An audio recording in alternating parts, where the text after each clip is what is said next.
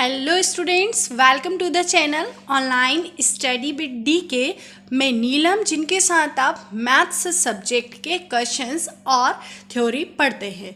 तो आज हम लेकर के आए हैं आपके लिए प्रैक्टिस पेपर, जो कि आपके रीट एग्ज़ाम, सीटेट एग्ज़ाम और सभी टेट एग्ज़ाम के लिए काफ़ी बेनिफिशियल रहेंगे। तो हम हर टाइप के डिफरेंट टाइप के क्वेश्चंस करने वाले हैं। तो आप सभी वीडियो को लास्ट तक देखिएगा, क्योंकि आपको सभी तरह के क्वेश्चंस इस वीडियो में मिलेंगे और कंटिन्यू आपको मैथ्स के लेक्चर्स आप प्रोवाइड होंगे। तो आपने यदि चैनल को सब्सक्राइब नहीं किया है तो आप चैनल को ज़रूर से ज़रूर सब्सक्राइब कर लें और बेल आइकन पर क्लिक करना ना भूलें। तो चलिए हम क्वेश्चन स्टार्ट करते हैं। क्वेश्चन नंबर फर्स्ट है आपका, चित्र में रेखा PAQ वृत्त को बिंदु A पर स्पर्श करती है तथा त्रिभुज चतुर्भुज है आपका, यहाँ पर चक्रीय चतुर्भुज है ABCD, एक चक्रीय चतुर्भुज है जहाँ पर CAQ 70 डिग्री है। तो आपको एंगल ABC की वैल्यू फाइंड करना है। तो आप यहाँ पर देख सकते हैं कि जो CAQ है आपका, CAQ कितना दिया है आपको, 70 डिग्री यहाँ पर दिया हुआ है। तो आपकी जो CAQ की वैल्यू है वो है आपकी यहाँ पर 70 डिग्री। अब आपको चक्रीय चतुर्भुज की प्रॉपर्टी अगर पता है तो ये क्वेश्चन आप बहुत ही इजीली और जल्द ही कर पाएंगे। तो सबसे पहले तो मैं आपको एक प्रॉपर्टी से इंट्रोड्यूस करवाती हूँ कि एंगल CAQ जो है, ये जो एंगल है और इसका साइड का जो एंगल होता है वो हम CAQ इक्वल लिखेंगे एंगल ADC के, जो कि है आपका 70 डिग्री। अब नेक्स्ट दूसरी जो हम प्रॉपर्टी देखते हैं कि चक्रीय चतुर्भुज के आमने सामने के जो कोण होते हैं, जैसे कि DBA और C, मतलब विकर्ण पर जो एंगल हैं, उन एंगलों का जो सम होगा वो होगा 180। तो मतलब इस हिसाब से angle ABC plus angle ADC की जो वैल्यू होगी वो होगी 180 डिग्री। आप फिर से देखें कि आमने सामने के जो कोण होते हैं उनका योग 180 अंश होता है। कितना होता है? 180 अंश। अब हमें यहाँ से ADC की वैल्यू 70 डिग्री अगर मिल गई है तो हम एंगल ABC जो है 180 में से हम 70 को माइनस कर देते हैं, तो जो एंगल AVC है उसका आंसर होगा 110। इस हिसाब से 110 डिग्री आपके एंगल ABC का आंसर होगा। नेक्स्ट क्वेश्चन देखते हैं हम। यदि 8 पेन का मूल्य क्रय मूल्य 6 पेन के विक्रय मूल्य के बराबर है तो लाभ प्रतिशत है। आपको यहाँ पर लाभ प्रतिशत बताना है। आपको इस तरह के क्वेश्चंस मैंने पहले के और भी वीडियो में करवा चुकी हूँ, लेकिन हम नए सिरे से और काफ़ी टाइम बाद फिर से मैथ्स के वीडियोस को स्टार्ट कर रहे हैं। तो हम और भी पहले के क्वेश्चन से रिलेटेड क्वेश्चंस भी करेंगे। तो देखिए क्या बोला गया है यहाँ पर कि जो 8 पेन हैं उनका क्रय मूल्य, मैं यहाँ पर क्रय मूल्य को CP लिख देती हूँ और 6 पेन का जो विक्रय मूल्य है उसको SP लिख देती हूँ। दोनों जो है बराबर है। जब भी इस कंडीशन में आपको दिया हो, आपको यहाँ पर निकालना है लाभ प्रतिशत। लाभ प्रतिशत मतलब प्रॉफिट परसेंट। क्या होता है profit percent? Selling price minus cost price upon आपका कॉस्ट प्राइस होता है और इनटू 100 होता है। मतलब विक्रय मूल्य माइनस आपका होता है यहाँ पर क्रय मूल्य और बटे में आपका क्रय मूल्य गुणित आपका होता है 100। तो सबसे पहली बात तो यहाँ पर लाभ प्रतिशत बोला है, मतलब लाभ हुआ है। तो सेलिंग प्राइस आपका जो होगा यहाँ पर, आप देखिए यहाँ पर कॉस्ट प्राइस अपॉन में selling price is equals to 6/8 लिख सकते हैं यहाँ पर। तो आपका जो सेलिंग प्राइस और कॉस्ट प्राइस हुआ वो यहाँ से आप निकाल सकते हैं। तो सेलिंग प्राइस आपका 8 हुआ क्योंकि लाभ हुआ है और कॉस्ट प्राइस आपका 6 हुआ। तो आप इसे गुणा करेंगे, 8 में से 6 जाएंगे तो 2/6 गुणित आपका हुआ 100, 2 से ये 3 बार और 100 में यदि आप 3 से भाग लगाते हैं तो आपका होता है 33.1y3%। तो इस हिसाब से जब भी इस तरह के क्वेश्चन आए, यदि डायरेक्ट ही बोला है तो आप जो भी लाभ तभी होगा जब आपका विक्रय मूल्य ज़्यादा होगा, तो इसीलिए हम डायरेक्ट भी 8 यहाँ से लेने का सोच सकते थे। नेक्स्ट क्वेश्चन देखेंगे, 3/5 व 4/5 के मध्य में नहीं है। नहीं है मतलब इनमें से वह नंबर जो कि इनके मिडिल में नहीं आए। तो 3/5 जो है इसका हम इन्हें दो तरह से कर सकते हैं, या तो हम फॉर्मूले से कि दोनों का अलग अलग हम कुछ वैल्यूज़ निकालें, लेकिन आप कितनी वैल्यूज़ और कहाँ तक निकालेंगे, तो सीधी हम क्या करें, इन्हें डेसिमल में, दशमलव में बदल लें। आप देखेंगे यहाँ पर कि जो 3/5 है, यदि हम 3 में 5 से डिवाइड करेंगे तो 5 छक्का 30, और 4 में मैं 5 से डिवाइड करूँगी तो 0.8। अब आपको यह चेक करना है कि इनमें से ऐसा कौन है जो इनके मध्य में नहीं है। अब देखिए 7/10 है, ये तो आप डायरेक्ट डेसिमल में 0.7 लिख सकते हैं। अगर 19 में मैं 30 से भाग लगाती हूँ तो आपका होगा 0.63। आप भाग खुद भी लगा सकते हैं, दशमलव में बदल सकते हैं। 2 में हम 3 से भाग लगाएंगे तो 0.66। 16 में आप 30 से भाग लगाओगे तो 0.53। अब आपको यहाँ पर ऐसा कौन सा जो डेसिमल है जो इन दोनों के मध्य में नहीं है, तो देखिए 0.7 होगा, 0.63 होगा क्योंकि 6 के बाद है, 0.66 होगा, लेकिन 0.53 जो है ये इसके पहले का नंबर है। तो इस हिसाब से आपका राइट आंसर हुआ 16/30। अब नेक्स्ट क्वेश्चन देखेंगे। आई होप कि सभी क्वेश्चंस आपको अच्छे से समझ में आ रहे होंगे। नेक्स्ट क्वेश्चन देखते हैं। यदि 3 पेन, 2 पेंसिल और 4 रबड़ का मूल्य 92 है तथा 8 पेंसिल और 16 रबड़ का मूल्य 68 है, तब 24 पेन का मूल्य है। 24 पेन का मूल्य कितना है, आपको यहाँ बताना है कि 24 पेन का मूल्य कितना है। अब सबसे पहले तो जो भी आपको मूल्य दिया गया है इस मूल्य को आप जोड़ लें, जो कि है 3 पेन, 2 पेंसिल और 4 रबड़ का कितना है 92। तो मैं यहाँ पर लिखती हूँ आपका 3 पेन, पेन को मैं P लिख देती हूँ, 2 पेंसिल, पेंसिल को मैं PL लिख देती हूँ, और 4 जो रबड़ है, रबड़ को हमने R लिख लिया। इसका जो मूल्य है वो कितना है 92। ठीक, अब आगे यहाँ बोला गया है कि 8 पेंसिल और 16 जो है आपकी रबड़ है, इसका जो मूल्य है वो कितना है आपका 68। अब आपको निकालना कितना है, 24 पेन का मूल्य कितना होगा। अब सीधी सी बात, सबसे पहले तो आप यहाँ से देख सकते हैं कि ये 2 है, ये 4 है, यहाँ 8 है, यहाँ 16 है। अगर मैं इसमें 4 से भाग लगा दूँ, पूरे समीकरण में 4 से भाग देना है। अगर हम यहाँ 4 से भाग लगा दें तो 4 दूनी 8 पेंसिल, 4 चुको 16 रबड़, 4 एकम 4 और 4 सत्ते 28, मतलब 2 पेंसिल और 4 रबड़ जो है इसका मूल्य आपको कितना मिल रहा है, यहाँ से 17 मिल रहा है। कितना, 2 पेंसिल और 4 रबड़ का मूल्य 17 मिल रहा है।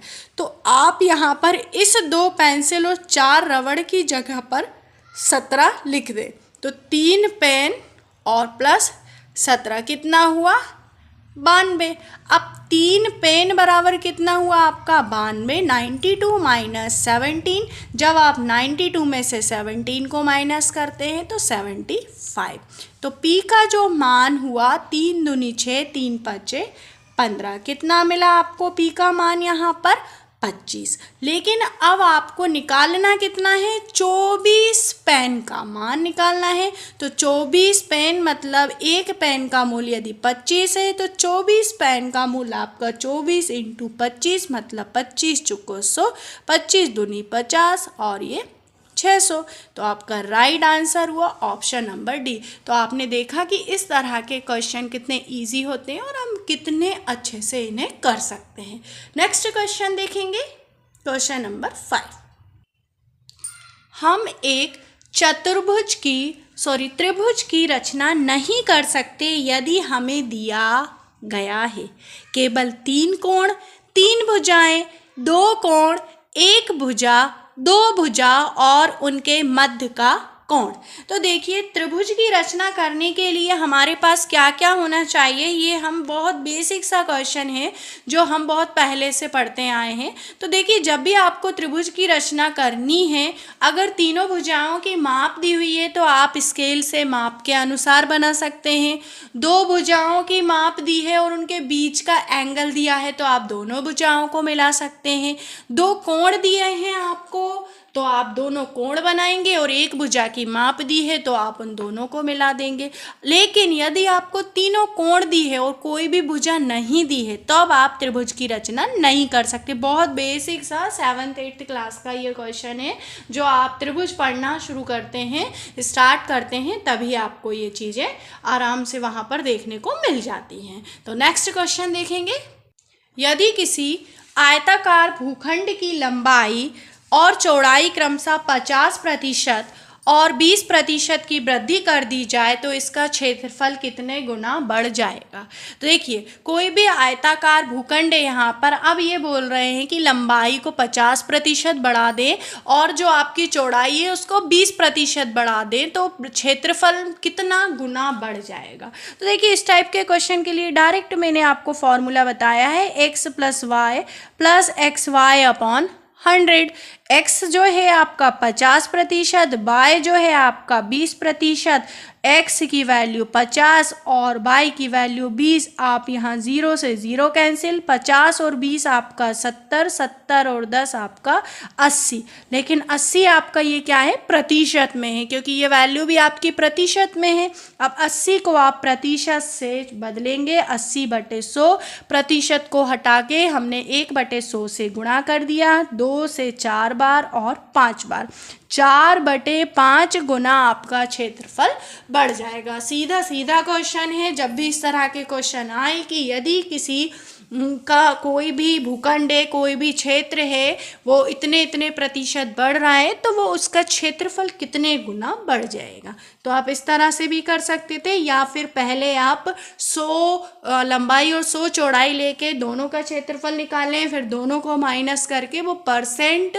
वाली ट्रिक जो आपकी होती है, परसेंट इंक्रीज या डिक्रीज वाली, उस तरह से भी इस क्वेश्चन को किया जा सकता है। नेक्स्ट क्वेश्चन देखेंगे, सामान्य मनुष्य के शरीर का ताप 37 डिग्री 37 डिग्री सेल्सियस है, फ़ारेनहाइट में यह ताप क्या होगा। देखिए अब यहाँ पर जो क्वेश्चन है, आप इसे साइंस का क्वेश्चन भी बोल सकते हैं, लेकिन ये क्वेश्चन काफ़ी एग्जाम में पूछा गया है, मैथ्स का क्वेश्चन कहलाएगा। अब यहाँ पर बोला गया फ़ारेनहाइट में बदलना है तो सीधा सीधा आप फ़ारेनहाइट का जो सूत्र होता है सेल्सियस गुणित 9/5 और प्लस में आपका 32, मतलब सेल्सियस में जो भी आपकी वैल्यू दी है उसको 9/5 से आप गुणा कर दें और 32 को जोड़ दें। तो सेल्सियस में दिया है 37, 9 ये आपका 5 हो गया प्लस 32। 37 और 9 का आप मल्टीप्लाई करें तो आपको 5 का भाग लगाने पे मिलता है 66.32। दोनों को ऐड करेंगे तो 98.6 डिग्री आपका फ़ारेनहाइट होगा। इस तरह के जो क्वेश्चंस होते हैं ये फॉर्मूले बेस्ड क्वेश्चन है। यदि आपको एट द टाइम फॉर्मूला याद आ जाता है तो आप इस क्वेश्चन को इजीली कर पाएंगे। तो इस हिसाब से ऑप्शन नंबर सी इसका राइट आंसर होगा। नेक्स्ट क्वेश्चन देखेंगे, क्वेश्चन नंबर 8। यदि 1 का स्क्वायर प्लस 2 का स्क्वायर प्लस डेज 9 स्क्वायर, इसका जो मान है वो है आपका 285, तब आपको 0.11 square plus 0.22 square plus days 0.99 square का मान निकालना है। तो देखिए यहाँ पर इस तरह के जो क्वेश्चन है, इस वाली जो सीरीज़ है इसको आप कोशिश करें कि इस फॉर्म में कन्वर्ट हो जाए, तो आप इजीली इस तरह के क्वेश्चन समझ पाएंगे और कर भी पाएंगे। तो देखिए मैं यहाँ पर क्या करने वाली हूँ, सबसे पहले तो क्या मैं इसे 11/100 लिख सकती हूँ, पॉइंट हटा दिए दशमलव और ये 100। इसी तरह से इसे 22/100 लिख सकते हैं। इसी तरह से हम इसे 99/100, मतलब मैंने सभी का पॉइंट हटा दिया, रिमूव कर दिया यहाँ से। अब आप यहाँ देख सकते हैं कि ये सभी 11 के मल्टीपल हैं और यहाँ पर सभी में 100 आ रहा है। तो यदि ये 11 के मल्टीपल हैं तो क्या मैं यहाँ पर इसे 11 का स्क्वायर और 100 का स्क्वायर जो है वो कॉमन ले लूँ यहाँ से? समझ में आ रही है बात आपको यहाँ पर कि 11 का स्क्वायर और 100 का स्क्वायर क्या हम कॉमन ले लें? तो यहाँ पर 1 का स्क्वायर, 2 का स्क्वायर प्लस डेज 9 का स्क्वायर ही रह जाएगा। अब इसका जो मान है आपको क्वेश्चन में दिया हुआ है 285। 11 × 11, 100 × 100, मैंने स्क्वायर को ओपन कर दिया है और 285 यहाँ पर ले लिया है। अब आप 11 × 11 करेंगे 121, 100 × 100 कर दीजिए, या फिर आप 25 से इसे कैंसिल भी कर सकते हैं या फिर 5 से। तो फाइनल आंसर जो होगा आपका 3.4485। तो इस हिसाब से एक छोटा सा ये मल्टीप्लिकेशन और डिवीज़न है जो आप इजीली कर पाएंगे। मैंने आपको मेथड क्लियर कर दी है कि इसी तरह से आप इस टाइप के क्वेश्चन हल करने का सोचें। अब नेक्स्ट क्वेश्चन देखेंगे। क्वेश्चन है आपका, एक राशि साधारण ब्याज पर 10 वर्षों में 2 गुनी हो जाती है। मतलब कोई राशि थी, 10 वर्ष के पश्चात वो हो गई 2 गुनी साधारण ब्याज पर। कितने वर्षों में यह राशि उसी ब्याज दर से 3 गुनी हो जाएगी? मतलब आपको एक कोई राशि है, उस पर 10 वर्ष का साधारण ब्याज यदि लगाया है तो वो राशि दुगनी हो गई है। वह राशि दुगनी हो गई है, मतलब जो आपको यहाँ पर जो साधारण ब्याज है वो अमाउंट निकाल के आपको पूरा दिया गया है, तो दुगनी हो जाएगी। पहले आपका प्रिंसिपल जो राशि थी वो पी थी मान ली मैंने, बाद में आपकी हो गई दुगनी, तो आपका जो साधारण ब्याज हुआ वो हुआ पी। अब आपको निकालना है साधारण ब्याज, आपको समय दिया गया है 10 वर्ष में और आपको दर निकालना है। तो साधारण ब्याज जो है आपका पी निकाल लिया है, पी गुणित आर गुणित टी, और ये टी मतलब आपका समय। अब यहाँ से पी से पी आपका कैंसिल हो जाएगा। टी जो है आपका 10 वर्ष दिया गया है, तो जो आपकी दर है वो आ जाएगी आपकी 10%। दर कितनी आ गई आपकी? 10%।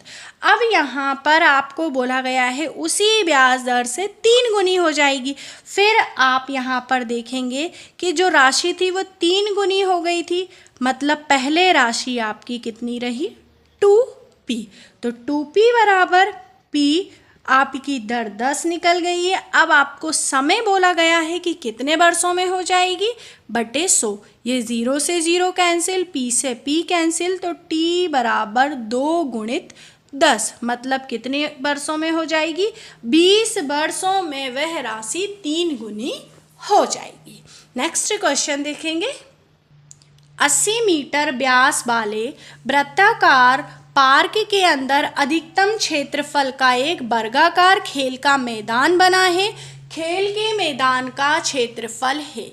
आपको यहाँ पर खेल के मैदान का क्षेत्रफल निकालना है। सबसे पहले तो पार्क जो है वृत्ताकार है, वृत्ताकार पार्क के अंदर एक वर्गाकार खेल का मैदान है। ये वर्ग के आकार में है, आप इसे वर्ग के आकार में इमेजिन करें कि यह एक वर्ग के आकार में है। अब बोला गया है व्यास कितना है? 80 सेंटीमीटर। व्यास मतलब आपका इस तरह से 80 सेंटीमीटर दिया है और जो व्यास होता है वो आपके केंद्र से होकर जाता है, इसीलिए ये बन गए आपके वर्ग के विकर्ण।